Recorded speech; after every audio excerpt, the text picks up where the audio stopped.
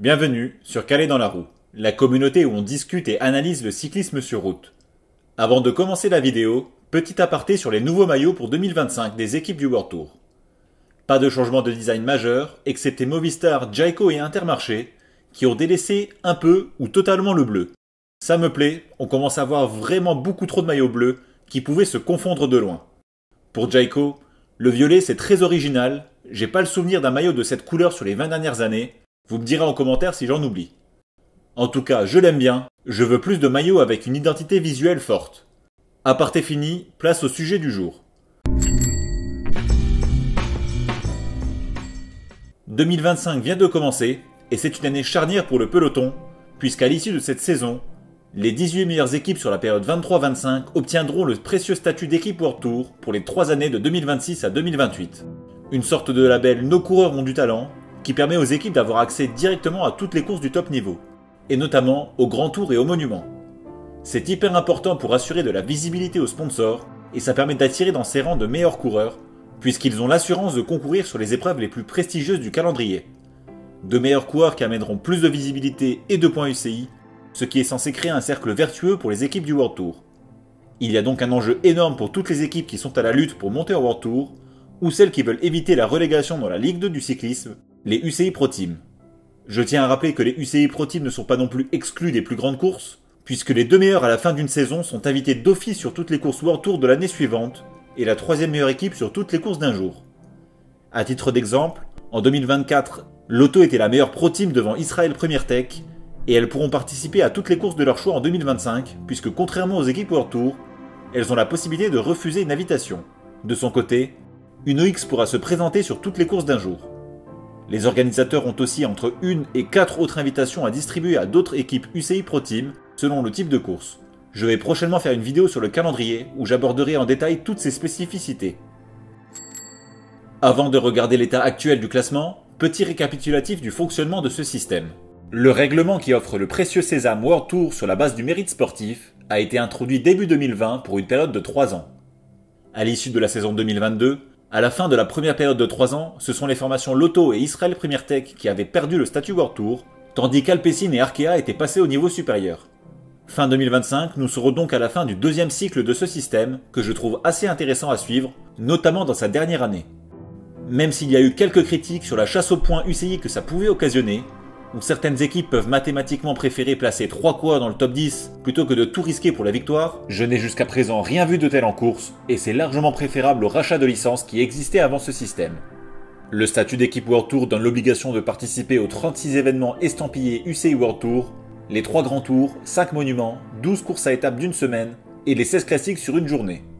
Il y a d'ailleurs une nouvelle classique en 2025, le sprint de Copenhague, 2 semaines avant le Tour de France. Regardons le classement World Tour combiné des 2 dernières saisons. Cofidis est actuellement 18ème et en position de dernier qualifié, avec un peu plus de 18 000 points, soit 9 000 en moyenne par saison.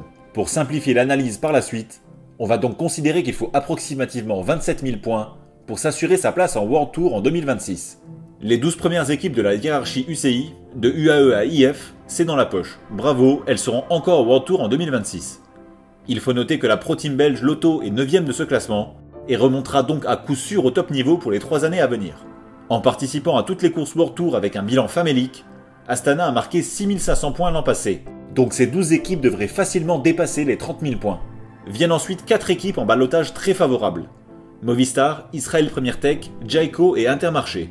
Elles ont toutes plus de 20 000 points, et il faudrait vraiment qu'elles fassent une année catastrophique, couplée à des saisons exceptionnelles derrière, pour ne pas obtenir leur strapontin pour le World Tour.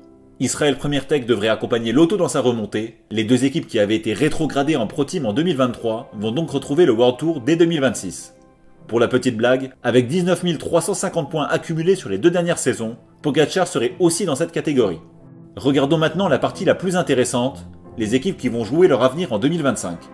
Picnic PostNL, anciennement DSM Firmenich, et Cofidis ont un matelas d'avance assez confortable, avec environ 2500-3000 points de plus que leurs poursuivants directs, Arkea BNB Hotel et UnoX Mobility, qui sont provisoirement les premières équipes à ne pas passer le cut pour le World Tour 2026. Derrière, on retrouve XDS Astana, avec déjà 5000 points de retard. Quand on sait que les équipes de ce niveau marquent entre 7000 points dans une mauvaise année et 12 000 points dans une très bonne année, on comprend qu'il faudrait non seulement une saison folle d'Astana, mais aussi les saisons fantomatiques des équipes qui les devancent, ce qui est très improbable. Pour Total Energy, c'est mort, le retard est bien trop important. Pour Tudor, c'est le même constat. Les recrutements de Marc Hirschi et Julien Alaphilippe peuvent permettre à l'équipe de se placer aux alentours de la 15e place cette saison, mais ça ne suffira pas à rattraper les 10 000 points d'écart. En revanche, si l'équipe continue sur cette lancée, elle peut légitimement espérer obtenir le statut World Tour en 2029. Je vais donc me concentrer sur les 4 équipes que vous voyez à l'écran pour mes pronostics. Pour Picnic Post-NL, je vais passer rapidement. Ils seront en World Tour l'an prochain d'après moi. Pour sa dernière demi-année, je vois Romain Bardet partir en beauté avec de gros résultats. L'équipe a des valeurs sûres comme Only et Pool pour les parcours accidentés, et de nombreux sprinters qui vont rapporter de gros points tout au long de l'année. Donc je ne m'inquiète vraiment pas pour eux. Il reste donc une place à attribuer entre Cofidis, Arkea et UnoX Mobility. Je ne pense pas qu'Arkea ait l'effectif pour rattraper son retard, avec seulement une dizaine de coureurs qui peuvent espérer marquer des points significatifs. Il faudrait une saison vraiment exceptionnelle des leaders comme Kevin Vauquelin et Luca Mozzato, et même comme ça, je pense que le roster manque de densité. Je vois donc la dernière place se jouer entre Cofidis et UnoX, qui accusent un retard de près de 3000 points. L'équipe norvégienne est cependant sur une meilleure dynamique, avec 1000 points de plus inscrits en 2024. UnoX repart avec le même effectif, renforcé par l'arrivée d'Andreas Krohn. À l'exception du vétéran Alexander Kristoff, tous les coureurs sont dans la force de l'âge et peuvent encore passer un cap cette année. De l'autre côté, Cofidis a procédé à un grand remaniement d'effectifs, avec 12 départs et arrivées à l'intersaison. Côté départ, les pertes d'Alex Zingle et Guillaume Martin font mal, mais sont censées être compensées par les arrivées de Alex Aranburu, Emmanuel Buchmann et Dylan Teuns. Je ne doute pas qu'Aranburu inscrira des points régulièrement tout au long de l'année. Par contre, Buchmann est lui sur la pente descendante, et je ne pense pas qu'on reverra un jour le grimpeur qui avait fini 4ème du Tour de France 2019. Teuns est un peu dans la même situation, avec 2 saisons très moyennes qui ont suivi 2022, année de sa victoire sur la Flèche Wallonne. Je pense donc qu'UnoX fera une meilleure saison que Cofidis. Mais de là à reprendre 3000 points à une équipe qui participe à plus de courses grâce à son statut World Tour, ça risque d'être compliqué. UnoX est tributaire des invitations et n'est par exemple même pas sûr de participer au Tour, puisque les 2 invitations pourraient très bien aller à Total Energy et Tudor. Je pense donc que la formation dirigée par Tourusout finira sur les talons de Cofidis, et qu'il leur manquera environ 1000 points pour obtenir le précieux sésame. Je serais curieux de connaître votre avis sur le sujet. Est-ce que le classement va rester inchangé, et les 18 meilleures équipes des 2 dernières années valideront leur ticket pour le World Tour, ou pensez-vous qu'on aura une surprise ?